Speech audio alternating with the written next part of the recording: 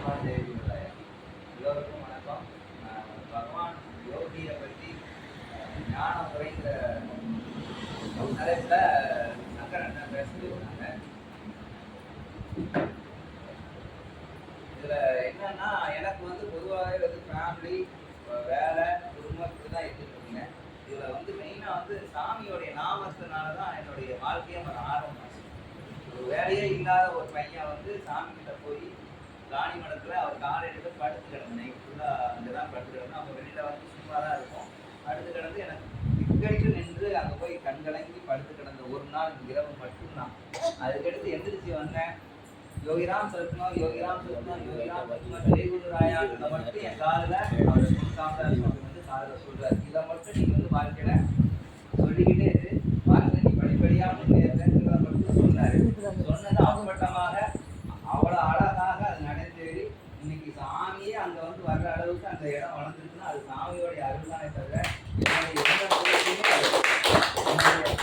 எந்த முயற்சியுமே அது இல்லை. பட் நாம செஞ்சது ஒன்றே ஒன்று, என்னன்னா சாமியுடைய நாமாவை மட்டும் சொல்லிட்டு இதை தவிர நாங்கள் பெரிய ஒரு விஷயங்களே அங்கே நம்ம. ஆனால் சாமியுடைய நாமாவை சொல்லும் பொழுது என்ன நடந்தது அப்படின்னு பார்க்கும் பொழுது என்னுடைய குணநலங்களை சாமி மாற்றுறது. நாமாவை சொல்றதுனால என்ன நடக்குங்கிறத நானே நாமா சொன்னதால ஏன் இதெல்லாம் நடந்தது அப்படின்னு பார்த்தேன். அப்போ அவர் என்ன சொல்றாரு, நான் நாமத்தை சொல்ல சொல்ல என்னுடைய பழக்க வழக்கங்கள், என்னுடைய பேச்சு முறைகள், என்னுடைய நடைமுறைகள் எல்லாமே என்ன ஆகுதுன்னா தன்னை போல மாறுது. நானா மாத்திக்கல, அதையும் நான் சொல்றேன். நானா அதை மாத்திக்கல. அது என்னை அப்படியே ஃபில்டர் பண்ணி என்னை டைவர்ஷன் பண்ணி வார்த்தைகளை மாற்றுறது, பேசக்கூடிய துணியை மாற்றுறது, ஒருத்தரை எப்படி பேசணுங்கிற வரைமுறையை கொண்டு வருது, எல்லாத்தையுமே அது கொடுக்குது. ஆனால் நாமத்தை சொல்ல சொல்ல என்னுடைய பிஹேவியர் மாறும்போது எல்லா இடத்துலையும் நான் நல்ல ஒரு பையனாக ப்ரெசென்ட் ஆகிறேன். அது மிகப்பெரிய ஆசீர்வாதமா மாறிச்சு. ஏன் தெரியுமா, ஒருத்தவங்கிட்ட நம்ம பிடிக்காத ஆளா இருக்கும், நான் அப்படியே தான் நான் நல்லபடியா ப்ரெசென்ட் பண்ணும்போது என்னுடைய எதிரி கூட என்னென்ன போய் என்னத்தை இது பண்ணேன் பாவம் அப்படிங்கிற மாதிரி ஒரு ஆசீர்வாதமா அது எனக்கு மாறிச்சு. அது நான் உணர்ந்தது சொல்லணும்ல.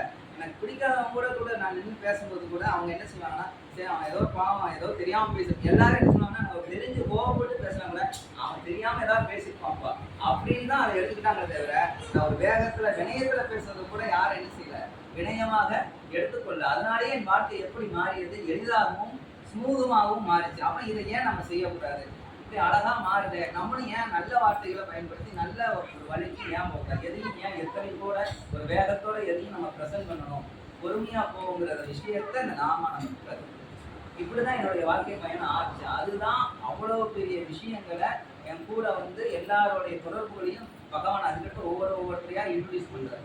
பகவான் ரிலேட்டடா இருக்கக்கூடிய ஒவ்வொரு அதை என் குடும்பத்தை நான் மேனேஜ் பண்றது ரொம்ப கஷ்டப்பட்டேன். ஆரம்பத்தில் கல்யாணம் முடிச்சிருக்கக்கூடிய எல்லா ஒரு பையனோடையும் தாயோடையும் தகப்பனோடையும் ஒரு மனைவியை வச்சு காலத்தை தள்ளக்கூடிய வித்தை மிகப்பெரிய வித்தை.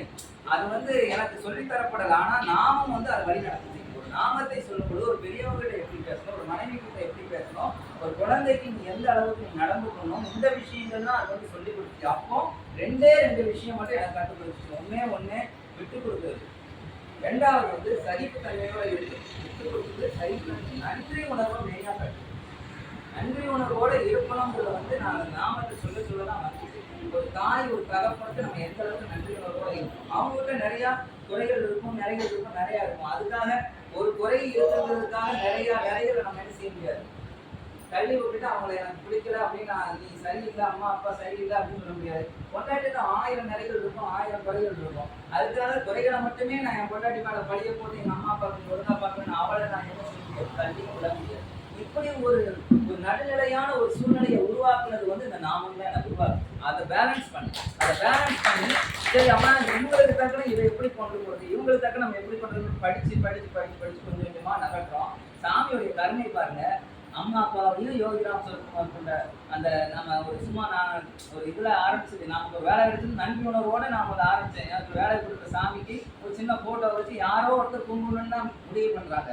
நானும் அதோட சேர்ந்து பயணிக்கணும்னு நினைக்கிறேன். ஆனா சாமி அந்த கூட்டத்தோட சேர்க்காம நீயே பண்ணுங்கிற மாதிரி அந்த சூழ்நிலையை கிரியேட் பண்ணி என் மேல தள்ளி விடுறாரு. நான் அதுக்குள்ள தள்ளிவிடப்பட்டவங்க, அதை நல்லா புரிஞ்சுப்பாங்க. நான் வாலண்டியா போய் சாமிக்கு இதை பண்ணணும்ட்டு நான் என்ன செய்வேன் பண்ணல. ஆனா எனக்கு ஒரு நன்றி உணர்வு, சாமி நமக்கு ஒரு வேலை கொடுத்துட்டாரு, இந்த வயசுல நம்மளோட கஷ்டத்துல குடும்பம் இவ்வளவு கடந்த இருக்குது, அம்மா அப்பாவை எப்படி காப்பாத்து, நம்ம படிச்சுட்டு இப்படி வேலை இல்லாம அப்படிங்கிற ஒரு நன்றி உணர்வோட உள்ளுக்கு நுழைஞ்சப்போ வந்த விஷயம்.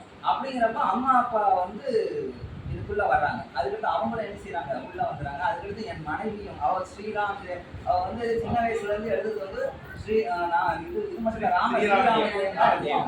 அவங்க வந்து என்னன்னா 7th ஸ்டாண்டர்ட் படிக்கும்போது ஸ்ரீராமஜெயம் எழுதி பழகினாங்க. ஒவ்வொரு தடவையும் என் கல்யாணம் முடிச்சப்பறம் அவங்க வந்து தினம் நோட்ல அந்த சனிக்கிழமை ஆயிடுச்சுன்னா ஸ்ரீராமஜெயம் எழுதுவாங்க. அந்த மாலையை கட்டி போய் ஆஞ்சநேயருக்கு போடுறது வந்து அவங்களுடைய பழக்கம்.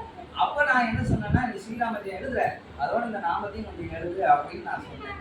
அப்புறம் அவ வந்து சரி நான் எழுதுறேன் அப்படின்ட்டு அவங்க எழுத ஆரம்பிச்சாங்க. அப்போ அந்த குடும்ப சூழ்நிலை இருக்கும்போது இதெல்லாம் டியூன் ஆகிற நேரத்துக்கு யாரு நம்ம வீட்டுக்கு விஜயம் பண்றாங்க அப்படின்னா, சங்கரமாவும் செல்லமாவும் உள்ள வராங்க. இது வந்து கோயில் பக்கம் உலகநாதன் ஐயா வந்து ஆரம்பத்துல நம்ம விளக்கு பூஜை நடக்கிற விஷயங்கள அவர் வந்து அந்த கோயில் விஷயங்கள்ல அழகா கொண்டு வந்துருக்காரு. குடும்பத்துக்குள்ள பிரச்சனை ஆகிட்டு இருக்கு. கோயில் நீங்க அலைஞ்சிட்டு அப்படின்ட்டு கோயில் இந்த மாதிரி இப்படியே அலைஞ்சிட்டு இருந்தா எப்படி அப்படின்னு சொல்லிட்டு இந்த குடும்பத்துல ஒரு பிரச்சனை உருவாகிட்டு யாரை சாமி அனுப்பி விட்டுருவாரு. கரெக்டா சங்கரமா செல்லமா வந்து குடும்பத்துக்குள்ள வராங்க. குடும்பத்துக்குள்ள வந்தா பிறகு இப்படியும் பயணிக்கலாம், யாருக்கு முசுவுக்கு இறைவனை வழிபட்டுக்குமே நம்ம குடும்ப வாழ்க்கையில சக்சஸ் ஆக முடியும். நிறைய எடுத்துக்காட்டுகளை யார் சொல்றாங்க, சங்கர ஐயா அந்த ஸ்பீச் மூலமாகவும் அவங்களுடைய வாழ்வியல் மூலமாகவும் ப்ரெசண்டா வந்து சாமி வந்து வாழ்வியல், அதைத்தான் சொல்றேன். இந்த பேச்சுங்கிறத விட வாழ்வியலா வாழ்ந்து காமிச்சவங்களை நம்ம பார்க்கும் பொழுது சாமியுடைய சொல்லக்கூடிய சில விஷயங்களை நம்ம நேரடியா ஒருத்தவங்களை பார்க்கணும். மேடையில 1000 சொல்லிடலாம், ஆனா அதை நம்ம லைவா பார்க்கும் போது அதுக்கான கிரிப் வரும். அந்த கிரிப்பை உருவாக்குனது யாரு அப்படின்னு கேட்டீங்கன்னா சங்கரமா செல்வமா வந்து உள்ள வந்து வீட்டில் சில கருத்தல்கள் இருந்தது. எனக்கான எல்லா விஷயமும் நீக்கப்பட்டு எல்லாருமே ஒற்றுமையா வந்து அந்த குடும்பத்தோட பகவானை கும்பிடுறதுக்கான இந்த கால சூழ்நிலையை உருவாக்கி தந்தாங்க. இப்படிதான் அந்த பணி வந்து மெல்ல மெல்ல நடந்தது. அதனால நம்ம வாழ்க்கையில நம்ம ரொம்ப எடுத்துக்கிட வேண்டிய ஒரே ஒரு விஷயம்னா விட்டுக் கொடுக்கறது நன்றி உணர்வு. நன்றி உணர்வு வந்து ரொம்ப ரொம்ப முக்கியம். இதுல வந்து நிறைய குறை இருக்கும். நன்றி உணர்வோட நம்ம நடக்கணும்னு நினைப்போம், சில சூழ்நிலைகள் நடக்க விடாம தள்ளி போவோம்.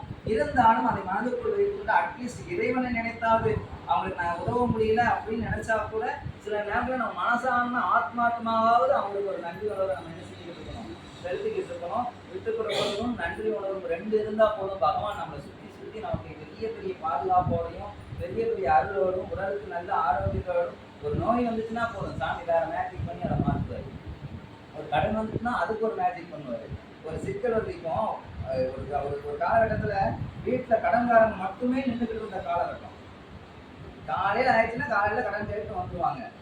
அம்மா அதுக்கு 1008 பதில் சொல்லணும், நாங்க ஒரு ரெஸ்பான்சிபிள் சொல்லணும். இதை எல்லாத்தையும் கடந்து போட்டு வந்து இன்னைக்கு வந்து எந்த ஒரு கவலையும் இல்லாம ஒரு எளிமையான, அதாவது சாமிகிட்ட வந்து பெரிய கோடீஸ்வரன் ஆகணுங்கிற ஆசையெல்லாம் எனக்கு கிடையாது. சாமிகிட்ட வந்து நான் ஒரு எளிமையான வாழ்க்கை முறை, ஒரு நிம்மதியான ஒரு வாழ்க்கை முறை, காலையில ஒரு நல்ல சுகம், உடல் நோய் நொடி இல்லாத ஒரு வாழ்க்கை, ஒரு கடன்படாத வாழ்க்கை, இந்த 2 இருந்தால் நமக்கு போதுமானது.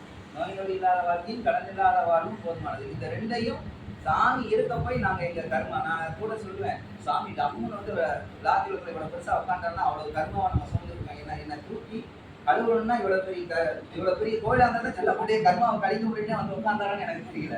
ஏன்னா அவ்வளவு கர்மாக்களை நாங்கள் சுமந்து இருக்கிறோம். ஏன்னா நம்ம வாழ்க்கையில் நமக்கு தெரியல ஆரம்ப இடத்துல நம்ம எப்படி இருந்தோம், நம்ம வாழ்க்கை எப்படி போயிருந்தது, நம்ம எப்படி எல்லாம் பிஹேவ் பண்ணோம் அப்படிங்கிறது எனக்கு தெரியும், அப்பா அம்மாவுக்கு தெரியும், எங்களுடைய ஃபேமிலி பேக்ரவுண்ட் எப்படி வளர்ந்ததுங்கிறதும் எங்களுக்கு தெரியும். அப்படின்னா நாங்கள் இவ்வளோ சிரமங்களை அனுபவிக்கிறோம்னா அதுக்கு வந்து நம்ம செய்த வினைகள் தான் காரணம். அப்படின்னா இந்த தம்பியை காப்பாற்ற நம்ம போய் அங்கே உட்காந்தா தான் இந்த செல்லப்பண்ணிங்கிற ஒரு பையனையும் அந்த குடும்பத்தையும் காப்பாற்ற முடியும். சாமி தெரிஞ்சு போச்சு, அவனுக்கு நான் வர்றேன், நீ பேசாம அங்கே வந்துட்டாரு. அப்படிதான் நான் அதை பார்க்குறேன். ஏன்னா நம்ம அவ்வளோ அப்படின்னா நம்ம ரொம்ப பெரிய புனிதர்களோ அந்த மாதிரி விஷயங்களோ இல்லை. நான் அவ்வளோ பாரங்களோட தான் அந்த பிறவி எடுத்துக்குனாலே அவ்வளோ இதை சம்மந்துக்கிட்டு தான் வந்திருக்கோம். அப்படின்னா அதெல்லாம் அவர் நம்ம கழிச்சிருவாரு அப்படிங்கிற விஷயத்துல நான் வந்து அப்படி அந்த சாமி நிறைய விஷயங்கள் சொல்லுவாங்க. ஒரு விஷயத்தை எப்படி வேணாலும் சொல்லலாம், ஆனால் ஏன்னா மனசுக்குள்ள உணர்ந்தது இந்த விஷயம் தான். அதனால பகவானுக்கு நன்றி உணர்வோட நான் என்னைக்கு இருப்பேன், நாமத்தை என்னைக்குனாலும் ஆயுள் சொல்ல வரைக்கும் நான் சொல்றதுக்கான அருளையும் யாரு கொடுக்கணும் அப்படின்னா பகவான். ஏன்னா நான் சொல்றேன்னு கூட சொல்றதுக்கு ஆதேயமா ஒரு தடவை வந்து சாமிகிட்ட வந்து அந்த இன்சிடென்ட் அப்பா தான் சொன்னாங்க. எப்படி சொன்னாங்கன்னா, சாமி நைட்டு ஃபுல்லாக நான் வந்து நாமாவை சொல்லிட்டேன் அப்படின்னா சாமி அதை கண்டுதான் போகிறோம். சாமி நைட்டு ஃபுல்லாக அவன் நாமத்தை ஃபுல்லாக சொல்லிட்டேன் அப்படின்னு அந்த அம்மா சொன்னான். அப்போ சாமி சிரிச்சுக்கிட்டே சொன்னாரான், தேவகி நைட்ல நீயா நாமா சொன்ன அப்படின்னு கேட்டான். அப்படின்னா என்ன அர்த்தம், நாமத்தை சொல்ல வச்சதே சாமி தான் அப்படிங்கிறது. அப்படின்னா அந்த சரணாகதியோடையே நம்ம நாமத்தை சொல்லணுங்கிறது வந்து என்னுடைய தாழ்மையான நண்பர் யோகிராம் சிவகுமார் யோகிராம்.